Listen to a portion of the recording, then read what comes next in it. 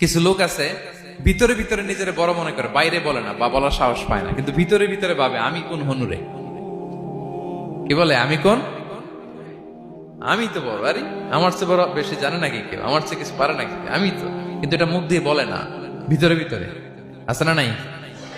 এদেরকে আরবিতে বলে মুখতাল। কি বলে? মুখতাল।